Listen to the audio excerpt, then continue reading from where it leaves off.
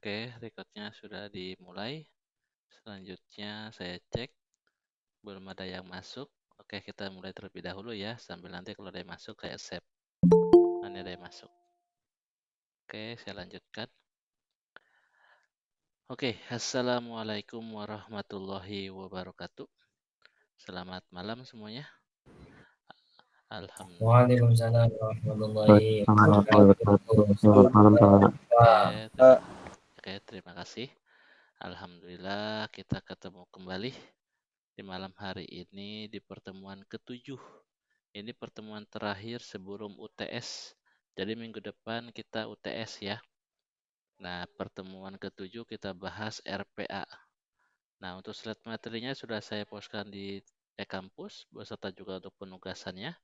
Bisa kalian baca, cek, pahami. Kalau ada yang mau ditanyakan, silahkan. Oke. Nah, ini bobot penilaian dan juga kontrak perkuliahan. Jadi, saya sendiri sampai sekarang belum punya narasumbernya. Nanti kalau misalkan sudah ada, nanti saya infokan ke kelas ini. Atau mungkin dari kalian ada yang punya narasumber yang mau kita ajak seminar, nah nanti kasih tahu saya. Kemudian minggu depan kita UTS. Nah, mohon maaf banget nanti UTS-nya saya tidak bisa offline, jadi nanti UTS-nya online ya. Sama seperti malam hari ini kita Google Meet. UTS-nya mempresentasikan proyek otomasi sistem per kelompok. Jadi UTS-nya baru sampai desain dan perancangan. Oke. Nah, nanti saat UAS baru kita demonya, demo project.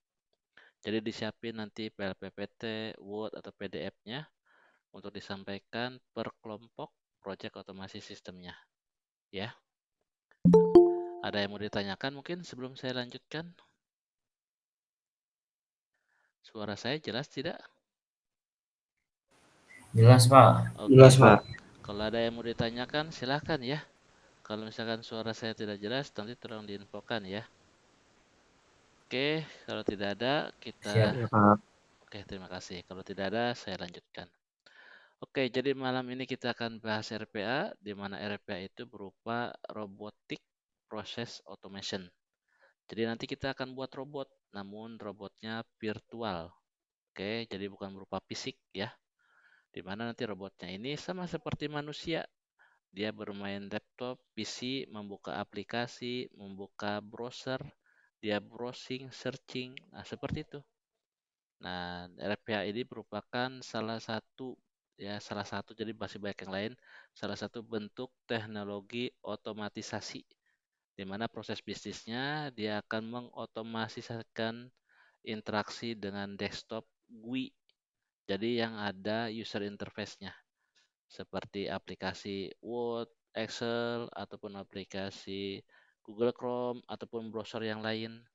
Nah, kalau di command prompt sendiri saya belum pernah nyoba. Oke, tapi yang biasa saya coba itu yang user interface-nya ada. Nah, di sini nantinya si RPA sama akan meniru persis yang akan dilakukan manusia ketika bermain komputer.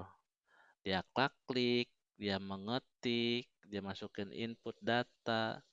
Nah, namun perbedaannya si robot ini dia akan melakukannya dengan cepat, waktunya jauh lebih cepat dan juga akurasinya 100%. Jadi tidak ada yang salah. Tidak ada yang salah ketik, typo, atau salah klik, atau double klik. Seperti itu tidak ada. Nah, nanti kita buat robot. Nah, nanti sesuai yang kita inginkan seperti apa robotnya. Nah, kalau di ilmu komputer dia menjelaskan, nah ini merupakan situs yang biasanya anak informatika mesti harus tahu. Nah, biasanya sumbernya dari mana? Oh, info komputer. Nah, itu terpercaya. Nah, si ilmu komputer ini dia menjelaskan di mana RPA ini merupakan suatu software untuk membuat robot, di mana nantinya bisa meniru aktivitas manusia dengan kecepatan dan akurasinya 100%. Jadi disebutnya sebagai bot atau cobot, komputer robot. Nah, di mana nantinya bisa login, kemudian bisa logout juga, kemudian bisa masukin data, merubah, membaca, menulis, menghapus, kemudian memindahkan, sampai juga mengkalkulasikan. Nah, itu sama seperti manusia, seperti itu. Oke. Kemudian apa saja yang bisa dilakukan oleh software robot? Nah, software robot ini ada 5 hal yang bisa dilakukan. Yang pertama, emulate human action. Jadi mengemulasikan sepertinya aksi manusia ketika dia bermain laptop, bermain PC, khususnya yang operating Windows ya. Saya sendiri belum pernah mencoba yang Macintosh, yang Linux itu. Saya nyobanya di Windows, khususnya Windows 11 itu bekerja. Nah, itu sama seperti manusia buka aplikasi, klik-klik, kemudian buka browser, searching, browsing, sama seperti itu. Kemudian CRPA juga bisa mengoperasikan semua aplikasi yang mempunyai UI, user interface. Oke. Jadi tahu ada bentukan aplikasinya apa nih. Nah, kalau di command prompt sendiri saya belum pernah mencoba itu seperti itu. Yang pernah saya coba masih gagal. Mungkin bisa ada cara-cara tertentu triknya. Kemudian yang ketiga, dia bisa melakukan proses semua data, baik itu berbagai struktur format. Bisa dari PDF, bisa dari Excel, bisa dari Word, bisa dari gambar, bisa dari video, everything can changing. Nah, jadi bisa kita proses, bisa kita olah mau seperti apa nantinya. Kemudian yang keempat, works continuously. Jadi bisa dilakukan pekerjaannya secara continuous terus-menerus. Nah, di mana dia bisa bekerja sampai 24 jam non-stop. Beda kalau misalkan manusia yang sedang bermain komputer ada lelahnya, ada waktu istirahatnya, tidak bisa bekerja terus-menerus. Dan yang terakhir dia mempunyai akurasi yang tinggi. Ya, akurasi, kecepatan. Berbeda ketika manusia bermain komputer, mungkin ada salah klik, kemudian ada mikir, ada waktu jeda, nah, kemudian salah ketik, nah, seperti itu. Nah, ini CRPA tidak ada seperti itu. Kemudian contohnya ketika kita misalkan salah satunya itu masuk membuka email. Nah, itu harus nanti login, masukin user, password, kemudian klik login atau bikin nanti sign up, nah, seperti itu. Nah, itu bisa dilakukan oleh CRPA. Mulai dari login, masuk, kemudian nanti kalau sudah masuk dia bisa memindahkan, bisa merubah, bisa bikin, bisa baca, bisa tulis, bisa menghapus, bahkan juga bisa mengekstrak. Nah, kemudian dia juga bisa mengkalkulasikan atau menghitung kalau misalkan ada perhitungan ukuran seperti itu bobot volume. Ada yang masuk bentar. Kemudian selanjutnya CRPH ini apa yang bisa diotomatisasikan? Nah, salah satunya yang ada di industri saya ambil ada 4 hal yang pernah saya lakukan. Yang pertama untuk bagian HR departemen, kemudian di bagian produksi khususnya supply chain, kemudian di bagian finance accounting dan juga tentunya IT. Untuk di HR sendiri saya pernah buat RPA sama sekali juga sedang berjalan untuk data entry pengambilan absensi, kemudian payroll, kemudian juga untuk new employer yang baru diangkat, new hire, ataupun yang kena mungkin pensiun ataupun pensiun dini, ataupun juga PHK untuk membuat pangklaring seperti itu. Kemudian yang supply chain, saya bikin order form, ngambil dari ke supplier, kemudian menginputkan inventory data ke manajemen, buat invoicing, seperti itu. Kemudian juga kalau di finance sama accounting, buat sales order, ngambil data untuk order dari sales, kemudian bikin report, email sana sini, kemudian bikin klaim untuk insentifnya, ada yang reimburse dan sebagainya seperti itu. Dan dari IT sendiri tentu itu pekerjaan yang basic yang bisa dilakukan oleh si IT, contohnya membackup, memaintain server, kemudian ada proses monitoring data masuk keluar, scanning, menggunakan antivirus dan segala macam. Di mana itu bekerja 24 jam non-stop. Nah, kalau manusia sendiri nggak bisa. Nah, makanya digantikan oleh robot, dia nanti bekerja, kemudian melakukan report jika ada gagal ataupun berhasil, jadi kita tahu. Nah, itu makanya IT kerjanya santai-santai aja seperti itu. Itu bahkan di luar ini juga banyak yang lain dari departemen misalkan support, dari departemen NPI, dari departemen procurement, masih banyak seperti itu. Ini hanya salah satunya saja. Kemudian apa saja yang bisa dilakukan RPA kalau kita ingin berbisnis? Nah, misalkan kita ingin buat cuan, kita bikin robot, kemudian kita bisa jual. Nah, ini ada 4 hal faktor. Yang pertama, dilihat dari yang repetitif yang bisa dilakukan berulang-ulang tiap hari. Jadi misalkan ada orang atau ada admin, dia bisa melakukan tiap hari itu kerjanya itu terus. Dari ngambilin data, ngolek data, kemudian dibuatkan dalam format Excel atau PDF, kemudian kirim email. Nah, itu bisa digantikan tuh nantinya sama buat robot. Kita tinggal buatkan spesifikasinya seperti apa, kemudian juga yang butuh implementasinya lebih cepat. Jadi kadang-kadang nunggu ambil datanya lambat atau misalkan prosesnya ini bisa dibuatkan nanti sama si RPA atau si robot. Kemudian juga bentar ya. Lih, pelan. Kedengeran? Oke, bentar ada yang masuk. Oke, saya lanjutkan. Kemudian juga bisa dilihat dari skalabilitasnya, tergantung dari penggunaannya, apakah dia secara masif atau tidak, tergantung nanti kebutuhannya.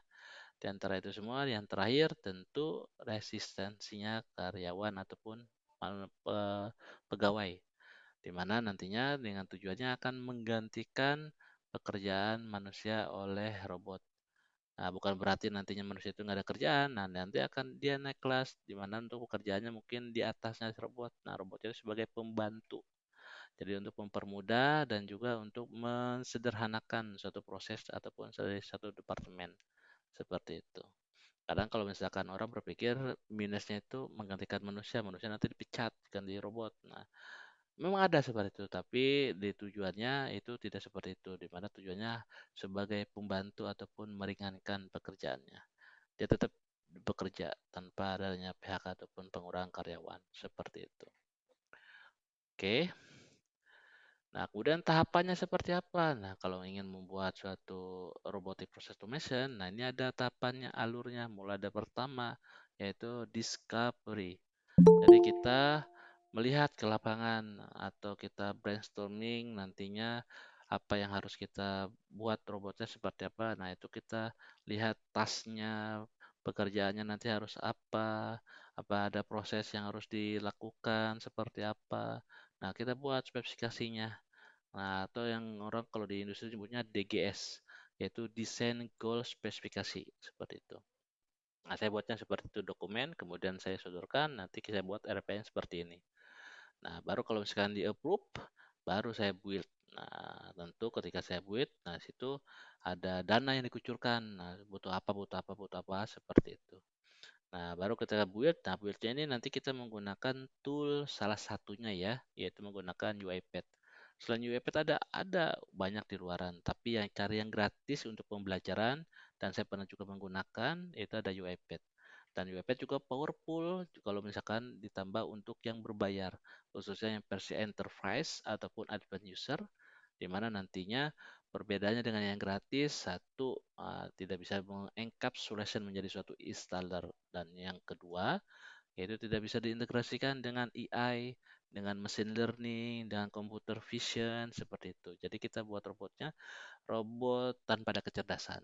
Nah, nanti kalau kita belajar kecerdasan, nah itu perlu ada yang harus ditambahkan seperti itu. Kemudian nanti tadi spesifikasi yang sudah kita buat, baru kita manage tuh. Nah, istilahnya kita coding. Nah, nanti kita belajar RPA, kita nggak mengcoding. Kita membuat blok-blok diagram, bloknya seperti flowchart, kita buat alur-alurnya, prosesnya ngapain saja. Kemudian nanti tinggal kita trial and error, kita runningkan. Nah, ketika kita runningkan, disitulah trial and error berupa engagement-nya, kita lihat hasilnya sesuai atau tidak. Kalau ada yang masalah atau ada error atau ada yang belum sesuai, kita modif, kita update. Kemudian baru kalau udah oke, baru kita melakukan measurement, pengukuran.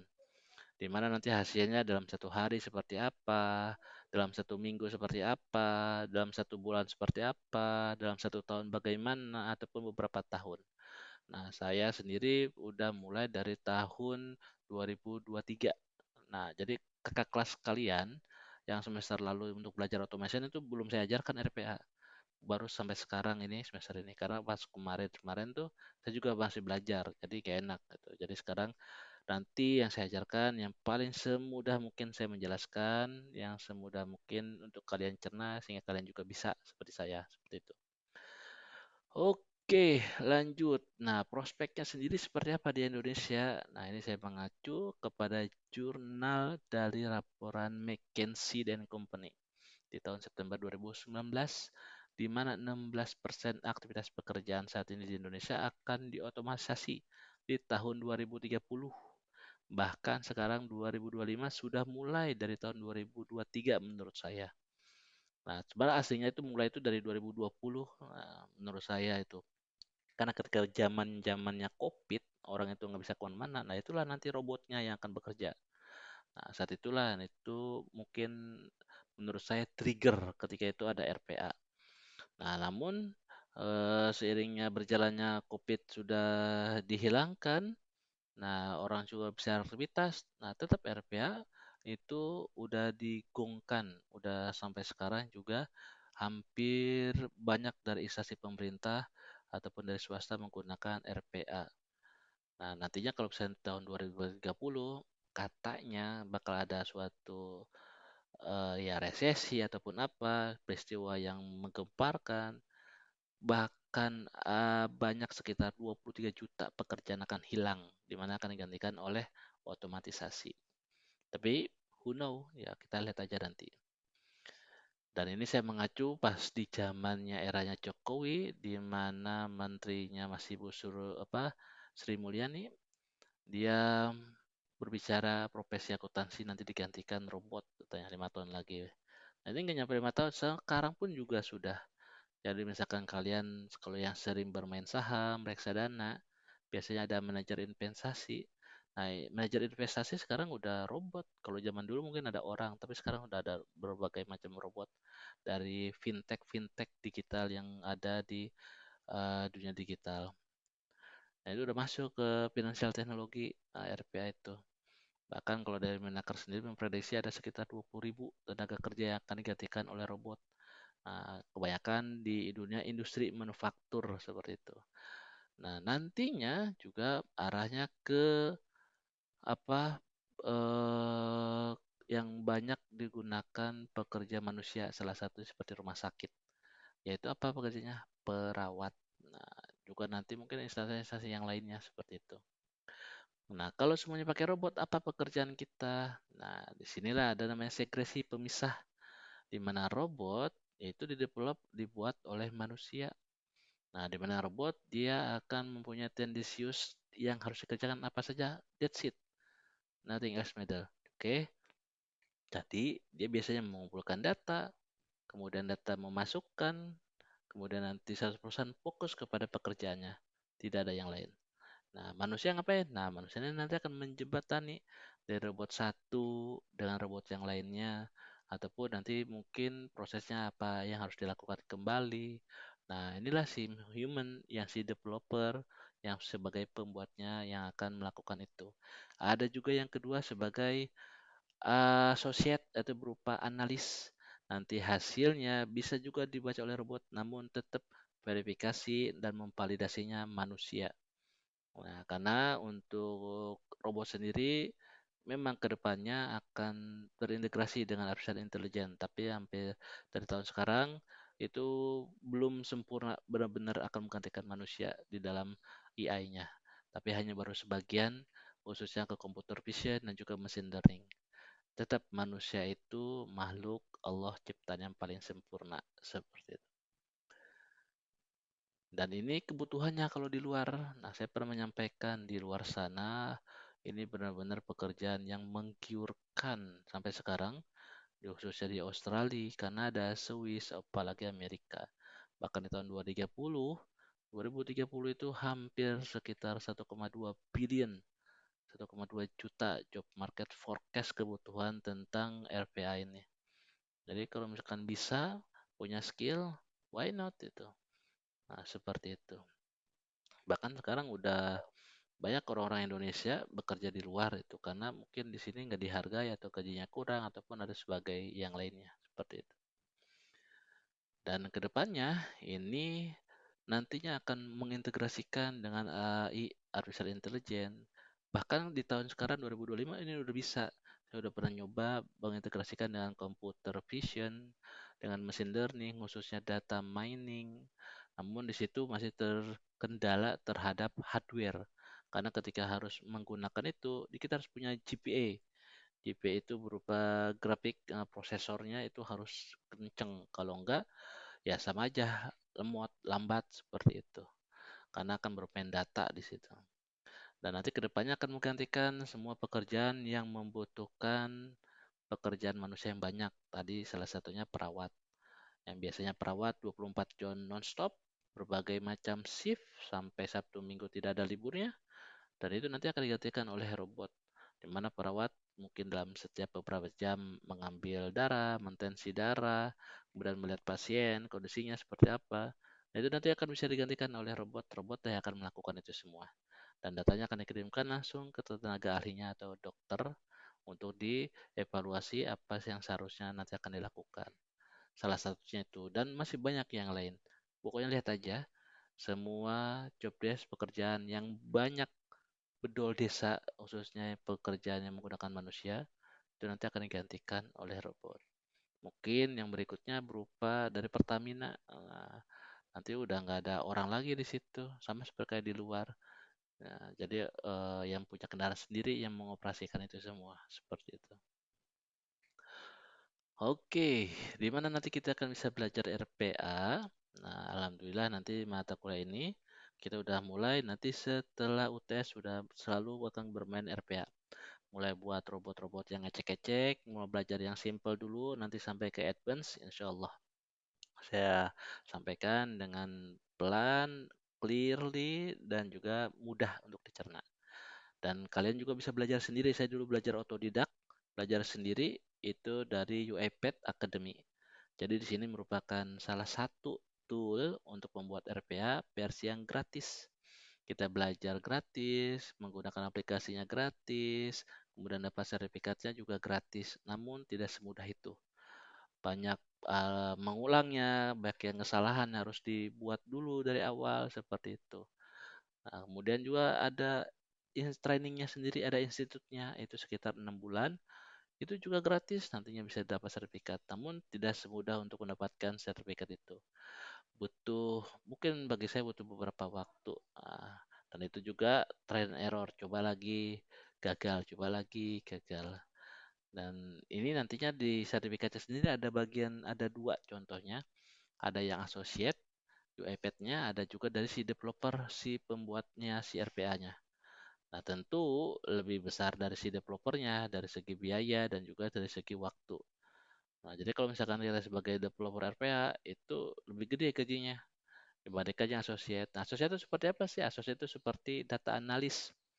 Nah, nanti si RPA yang menyajikan, kemudian kita nanti yang akan menyimpulkan, memverifikasi dan memvalidasi hasilnya seperti apa, apakah sudah sesuai atau belum, seperti itu. Dan ini contoh sertifikatnya. Nah, ini hanya salah satunya, banyak di luaran juga sertifikat yang lain. Dan demo RPA. Nah, untuk membuat demo RPA sendiri sama seperti tadi, perkembangannya kita harus mendiscovery apa yang mau kita buat. Jadi kita bikin dulu tuh, kalau saya sih buatnya namanya DGS, Design Goal Spesifikasi. Jadi ditulis tuh spesifikasinya, mulai dari tasnya, dia ngapain, prosesnya apa, ada otomasinya seperti apa, apakah dia mengcapture, mengetik, mengklik apa, kemudian meremote atau menjalankan aplikasi apa, mencari apa, goalnya apa, seperti itu. Nah, baru nanti kita menggunakan toolnya dari UiPath itu ada dua, ada yang Studio dan Studio X. Jadi yang Studio itu yang kita download, yang kita install di PC atau laptop kalian sendiri. Ada juga yang Studio X itu menggunakan cloud dari servernya UiPath. Nah, rekomendasi dari saya nanti kita mencoba yang menginstal, kita download installernya. Karena kalau yang Studio X dari cloud-nya, dari web servernya itu harus online. Nah, repotnya ketika kita memproses, merunningkan, nah itu butuh waktu. Tergantung dari kecepatan dan juga pembuatan robotnya heavy atau tidak. Gitu. Nanti hasilnya bisa kita taruh di cloud atau taruh di offline, bisa online, bisa offline intinya. Nah, kita nanti bisa menjalankan robot tersebut dan kita lihat hasilnya. Kita engage, ada trial and error, perlu dimodif, perlu ditambah. Nah, nanti kalau udah sesuai, baru kita melakukan measurement, pengukuran. Kita lihat hasilnya dalam 1 hari, dalam 1 minggu, dalam 1 bulan, dalam 1 tahun. Bahkan robot yang pernah saya buat ini udah jalan 2 tahun dari 2003 sampai sekarang 2025, hampir mau ke 2006, dan itu stabil, kecepatannya bagus, akurasinya 100%, dan bisa menggantikan manusia harusnya, tapi di rumah saya tidak di PHK, tidak dikeluarkan, tapi sisi manusianya yang tadinya admin naik kelas. Jadi seolah-olah dia punya anak buah, cuma anak buahnya robot virtual seperti itu. Oke, ini perbedaan dari UiPath Studio X dengan UiPath Studio, di mana dari user profile dan juga approach-nya. Nah, biasanya dari versi yang gratis dan juga dari versi yang berbayar. Nah, gratis itu nanti versinya ketika kita menginstal, pilih yang community user. Kalau yang berbayar itu versi yang enterprise ataupun advanced user. Nah, kita coba yang versi gratis saja. Nah, itu nanti tinggal kalian kembangkan, mudah kok nanti menggunakannya. Tinggal ketika kalau mau belajar lebih, ya kalian bayar untuk yang enterprise. Dan ini linknya ketika kalian ingin pertama kali download. Jadi dipastikan diklik Akademi UiPath-nya, nanti akan masuk ke situsnya Akademi UiPath. Pertama kali harus sign up. Itu free, pakai email, berita bangsa, email biasa juga bisa. Pastikan sudah sign in. Karena kalau belum sign in itu belum bisa download. Nah, ini contohnya saya sign in pakai emailnya Pelita Bangsa. Nah, kalau ada tanda sign out berarti udah masuk, baru kita bisa download di sini. Download Studio. Nah, kalau misalkan udah download, tetap bisa dilihat nih, installernya sedang berjalan. Nah, seperti itu. Kemudian, kalau misalkan sudah, nah nanti kita double klik nama file UFS Studio Cloud-nya, dan installer akan mulai ya, running. Nah, ketika mulai running akan muncul seperti ini, pilih quick atau custom. Nah, kalau quick untuk yang versi gratisan, community user. Kalau yang custom itu versi berbayar untuk enterprise dan advance. Nah, kemudian juga klik accept, kemudian dan klik install. Nah, maka proses installer akan berjalan. Ditunggu sampai selesai. Namun, kalau muncul error seperti ini hanya sebagian, kadang muncul, kadang enggak ya. Kalau tempat saya muncul karena saya menggunakan browsernya Google Chrome. Nah, jadi browsernya saya tutup dulu, baru klik OK. Nanti dia akan melanjutkan. Itu dia akan menginstalkan di apa kalau di browser Chrome itu berupa komponen untuk kalau misalnya kita terdaftar supaya diakui oleh UiPath dari si browsernya. Kemudian kalau nggak muncul ya abaikan saja seperti itu. Nanti selesai tampilannya seperti ini, complete the UiPath setup. Nah, ini bisa kita langsung gunakan, tinggal mengklik launch UiPath Studio. Nah, pertama kali muncul launch, ini tampilannya seperti ini, tinggal klik sign in. Nah, sign in-nya sama seperti yang di webnya, jadi jangan lupa user password-nya ya. Nah, nanti tinggal dimasukin lagi, atau juga bisa diklik kalau kita sudah menginstal, ada di folder UiPath, di isinya yang ada 3, nah kita pilih UiPath Studio, diklik. Nah, nanti kalau sudah sign in juga udah klik running, nanti akan muncul tampilannya biru seperti ini. Nah, UiPath Studio Starting Application. Ini versi yang 2025 terakhir. Nah, yang terbaru dan kita coba menggunakan ini di mana versinya 2025.10.1 LTS. Nah, nanti kalau selesai muncul seperti ini. Nah, ini untuk workspace yang akan kita kerjakan. Kita buat untuk project baru, bikin library, di tes otomasi, sampai template. Bahkan yang lainnya juga ada. Ini versi yang community ya, ini yang gratis. Seperti itu. Oke, jadi malam hari ini ada tugasnya kalian buat video cara untuk instalisasi UiPath Studio. Nanti videonya postkan di media sosial kalian, linknya copy paste di Word atau PDF untuk tugas pertemuan ke-7. Oke, tugas sendiri itu paling lambat sebelum UAS, masih lama tapi jangan sampai lupa. Oke.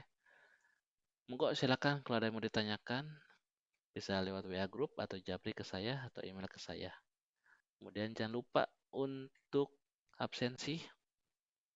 Absensi bisa klik online. Nah, biasa nanti klik online, saya klik online itu dianggap hadir. Jadi otomatis ketika kalian klik online itu udah termasuk hadir. Kemudian bisa juga isi kolom komentar. Nah, saya kolom komentar nanti otomatis juga saya klik yang ikut diskusi juga sama sebagai absensi di sini. Nah, ini ada yang nggak masuk, saya setujui, dia izin. Oke, nah bagi yang nggak masuk juga nanti jangan takut, ini juga ada saya rekam nih, ada rekamannya nanti saya postkan di YouTube di folder video atau juga absen di kampus di pertemuan yang berlangsung. Nah, misalkan saya masuk ke Google Meet tapi nggak lewat online, saya nggak absen juga di kolom komentar, saya juga nggak klik absen. Nah, tapi di sini ada nih. Nah, sini ada recordnya. Nah, nanti bisa dilihat di videonya. Video ini kan nanti saya share. Ada nggak namanya? Nah, kalau ada namanya nanti di screen capture. Nah, itu bisa untuk sebagai bukti. Nah, seperti itu. Oke, kalau ada yang mau ditanyakan, silahkan. Jadi minggu depan kita UTS, UTS-nya online, presentasikan proyek otomasi kalian per kelompok. UTS-nya baru desain dan perancangan, nanti saat UAS baru demo proyeknya. Izin Bapak bertanya, Iya, silakan. untuk kelompoknya bebas atau gimana Pak isinya? Ya, untuk kelompoknya bebas, bisa sendiri, berdua, bertiga, berempat, atau berlima. Untuk Hmm. tema proyek otomasinya bebas, silahkan. Berenam boleh Pak ya? Enggak, maksimal berlima. Oh berlima, oke baik Ya, Pak, terima kasih. iya. Nah, untuk UTS dibuat desain konsep rancangannya seperti apa. Nanti UASnya demo project. Pak, saya UTS yang ini, kemudian mungkin saat UASnya beda, nggak masalah. Namanya juga kita bikin desain perancangan, bisa aja mungkin berbeda hasilnya. Itu. Cuman ya itu 2 kali kerja jadinya. Ada risiko di situ.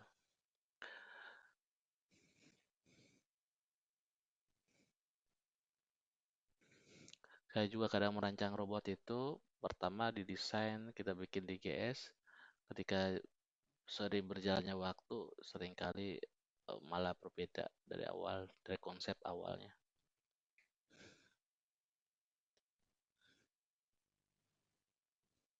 Monggo silakan kalau ada yang mau ditanyakan yang lainnya.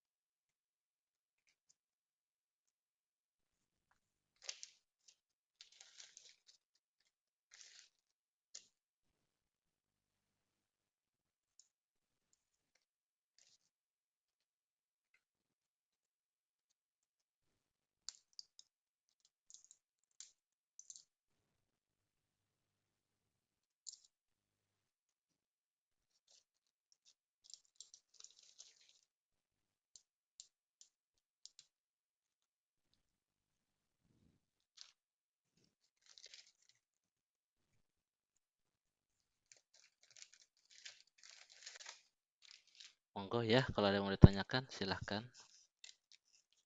Pak, izin bertanya, Pak. Iya, silahkan. Untuk aplikasinya sendiri bisa didemokan nggak, Pak? Masih penasaran soalnya. Ini kalau saya jalankan seperti ini.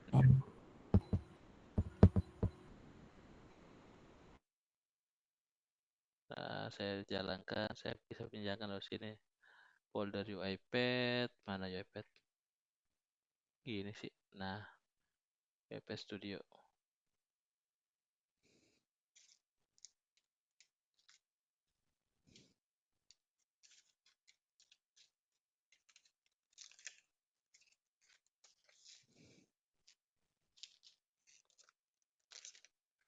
Jadi pastiin harus install ya.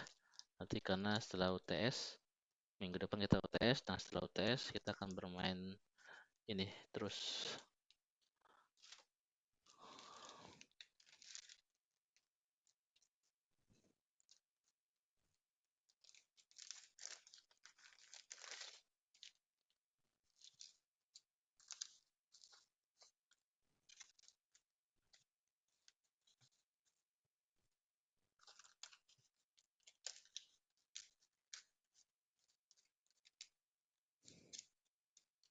Ini bisa dilihat juga dari situsnya. Nah,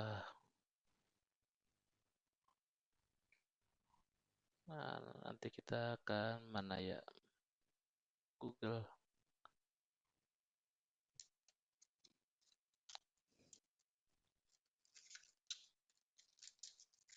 RPA. Ada yang RPA sampel, ada yang challenge. Nah, sampel ini dari websitenya si RPA sendiri. Nanti buatnya kita nyoba nanti 4 ini. Ada yang unicorn, ada yang supplier, ada juga yang password, ada juga yang sales order. Kemudian juga dari sisi orang data input. Nah, pengen ngelihat ada contoh RPA challenge sama manusia sama mesin cepetan mana akurasinya sama kecepatannya. Nah, nanti bisa dilihat ketika kita mengisikan data satu-satu, klik-klik sama si robot juga sama mengisikan dan klik-klik itu lebih cepatan mana manusia sama robot. Kemudian faktor kesalahannya, akurasinya seperti itu. Nah, ini versi yang community. Nah, yang versi yang standar seperti itu.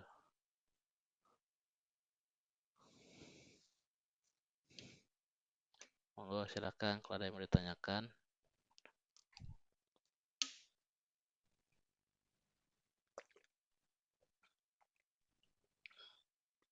Alhamdulillah.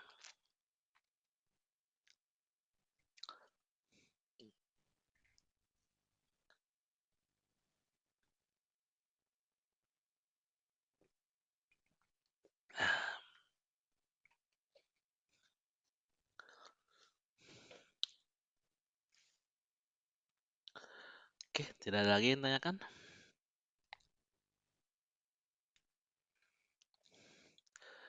Nah, ini juga nanti videonya saya share ya di kampus bagi yang baru masuk atau yang ada yang tidak masuk. Bisa dilihat nanti di folder video yang saya share di YouTube saya.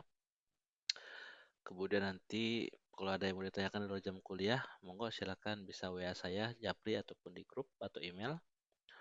Kemudian jangan lupa untuk tugasnya itu individu sendiri-sendiri ya, paling lambat sebelum UAS. Kalau bisa dicicil supaya nggak terlalu banyak tugasnya, karena di mata kuliah lain juga banyak tuh tugasnya pasti. Kemudian minggu depan kita UTS-nya online, jadi dipersiapkan PPT, Word atau PDF-nya untuk project otomasi sistem. Itu UTS UAS itu berkelompok. Oke, kalau gitu saya tutup untuk malam hari ini. Kita bertemu lagi nanti minggu depan. Ya, sebelumnya minta maaf ya, minggu depan harusnya UTS itu offline ke kelas. Tapi sepertinya saya belum bisa, jadi saya buatnya UTS-nya online. Oke, saya tutup. Wabillahi taufik walhidayah. Wassalamualaikum warahmatullahi wabarakatuh. Waalaikumsalam.